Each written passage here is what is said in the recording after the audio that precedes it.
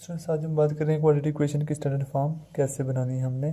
तो ये मैंने इक्वेशन लिखा है x plus to divide by x plus one divide by x plus two plus x plus to divide by x plus three is equal 25 और 12।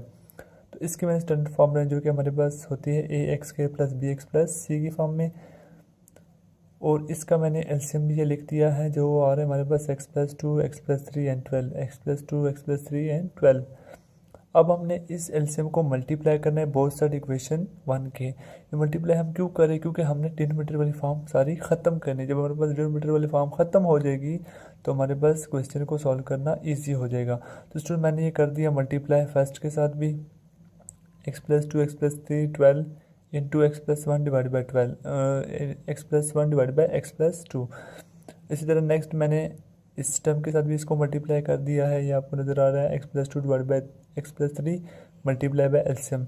इस तरह LCM को मैंने मल्टीप्लाई कर दिया 25 और 12। तो नेक्स्ट हम देखेंगे कि हम इसको हमारे पास आता 12, इस 12 को मैं लिख देता हूँ यहाँ पे, पीछे रह जाएगा हमारे पास एक्स प्लस थ्री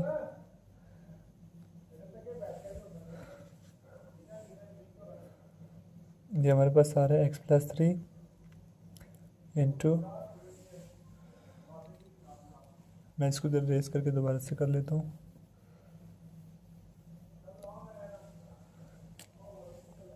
स्टूडेंट्स यहाँ से हमने क्या करना था कि सबसे पहले मैं यहाँ पे लिख देता हूँ 12 इंटू एक्स प्लस थ्री और x plus two, x plus three into x plus one. इसी तरह से यहाँ पे मेरे पास 12 है, इसको मैं पहले लिख देता हूँ 12 इंटू एक्स प्लस टू और x plus two is equal to हमारे पास 25 स्टार्ट में आ जाएगा और पीछे आ जाएगा x plus two into x plus three. अब हमने स्टूडेंट इन दोनों को मल्टीप्लाई करना है, जो आएगा उसको 12 से, इसी तरह इन दोनों को मल्टीप्लाई करके जो आएगा 12 से इसको, इसी तरह इन दोनों को मल्टीप्लाई करके जो आएगा उसको 25 से मल्टीप्लाई करना है। तो आइए हम देखते हैं 12 इंटू एक्स और एक्स मल्टीप्लाई हो गया एक्स स्क्वायर हो जाएगा, और जब x मल्टीप्लाई होगा 1 से तो हमारे पास आ जाएगा 1x। तो 1 हम लिखते नहीं तो इसको सिंपल लिखेंगे x। x जब 3 से मल्टीप्लाई होगा तो हमारे पास आ जाएगा प्लस 3x, और जब 3 1 से मल्टीप्लाई होगा 3 1 सर 3। तो हमारा हो गया यहाँ तक प्लस 12 उसी तरह से आ जाएगा। इनको मल्टीप्लाई करें हमने तो एक्स स्क्वायर प्लस एक्स जब 2 से मल्टीप्लाई होगा तो 2x हो जाएगा। फिर नेक्स्ट हमें 2 को मल्टीप्लाई करना है इन दोनों के साथ, 2x हो जाएगा। फिर नेक्स्ट हमारे पास 2 2 सर 4। जहाँ तक हमने ये भी सॉल्व कर लिया, इक्वल की दूसरी साइड पे हमने जाना है। अब 25 उसी तरह से आ जाएगा हमारे पास एक्स एक्स एक्स स्क्वायर। फिर नेक्स्ट हमारे पास आ जाएगा एक्स 3x, जब 2 को मल्टीप्लाई करेंगे फिर हमारे पास आएगा 2x, फिर 2 3 6। तो यहाँ तक हमने इसको सॉल्व कर लिया है। अब हमने क्या करना है 12 इंटू, अब इन दोनों को इकट्ठा कर लेना है, x square plus 4x 1x और 3x 4x हो जाएंगे plus 3 plus 12 into x square 2x plus 2x 4x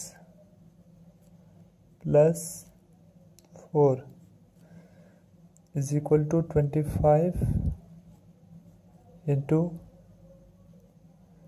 x square plus 3 और 2 5 हो जाएगा हमारे पास। ठीक है, इसको हम 5 कर लेते हैं, इसको रेज कर लेते हैं, जरा से साफ करके लिख लेते हैं।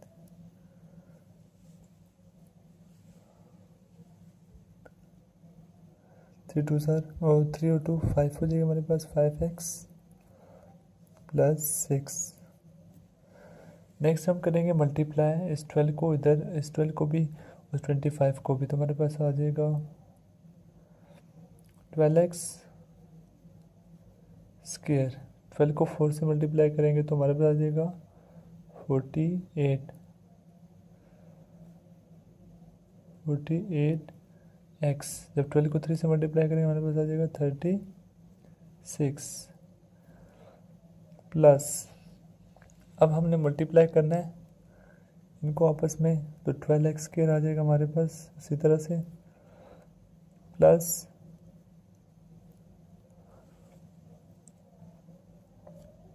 12 4 ज़ार 48 एक्स, 12 4 ज़ार 48 is equal to 25x square. Next हमारे पास आ जाएगा 25 को 5 से मल्टीप्लाई करेंगे जब, तो हमारे पास आ जाएगा 125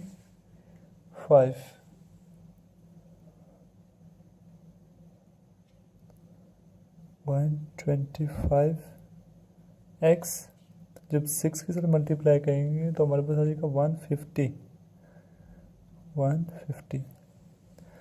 तो यहाँ पे हमने कुछ टर्म्स को इकट्ठा करना है, जैसे यहाँ पे एक स्क्वायर वाली है, इन दोनों को इकट्ठा कर लेना है और इसको भी शिफ्ट कर लेना है यहाँ पे। तो करेंगे 12 और 12 24 एक्स स्क्वायर, और जब यहाँ पे आएगा तो -25 एक्स स्क्वायर हो जाएगा। अब हमने एक्स वाले टर्म्स को इकट्ठा करना है, तो 48 96 एक्स। जब इसको हम यहाँ पे लेके आएंगे तो हमारे पास हो जाएगा -125 एक्स। इसको भी हमने यहाँ पे शिफ्ट कर दिया। अब पीछे रहेगा हमारे पास कांस्टेंट 36 और 48, तो ये हमारे पास आ रहा है 36 48 84, और यहाँ पे जब माइनस आएगा 150 is equal to 0। Next student, हमने इन दोनों को माइनस करना है आपस में, तो हमारे पास आ जाएगा -x स्क्वायर। चूँकि 25 माइनस में है और 24 प्लस में है, तो 25 में से 24 को माइनस करेंगे तो हमारे पास -1 आ जाएगा, क्योंकि हमारे पास -25 था। नेक्स्ट हम करेंगे 96 प्लस में और 125 हमारे पास क्या है, तो हमारे पास आ जाएगा 19 और 29 -29 एक्स। और नेक्स्ट हमारे पास इन दोनों को जब हम सिंप्लीफाई करेंगे तो हमारे पास आ जाएगा -66 इज इक्वल टू 0। जो स्टूडेंट्स हमारे पास स्टार्ट में 0 आ रहे हैं तो उसको माइनस को कॉमन लेंगे तो हमारे पास आ जाएगा x square plus 29 x plus 66 is equal to 0। तो हमारे पास आ जाएगी x square plus 29 x plus 66 is equal to 0। Students, आप ये सोच रहे हैं कि हमारे पास ये माइनस कहाँ चला गया, क्योंकि माइनस दूसरे सर पे जाके 0 हो जाएगा, ख़त्म हो जाएगा। तो हमारे पास स्टैंडर्ड फॉर्म बन गया ए एक्स के प्लस बी एक्स प्लस सी। यहाँ से हम ए बी सी की वैल्यू बता सकते हैं। ए की वैल्यू है 1, बी की वैल्यू है 29 और सी की वैल्यू हमारे पास 66।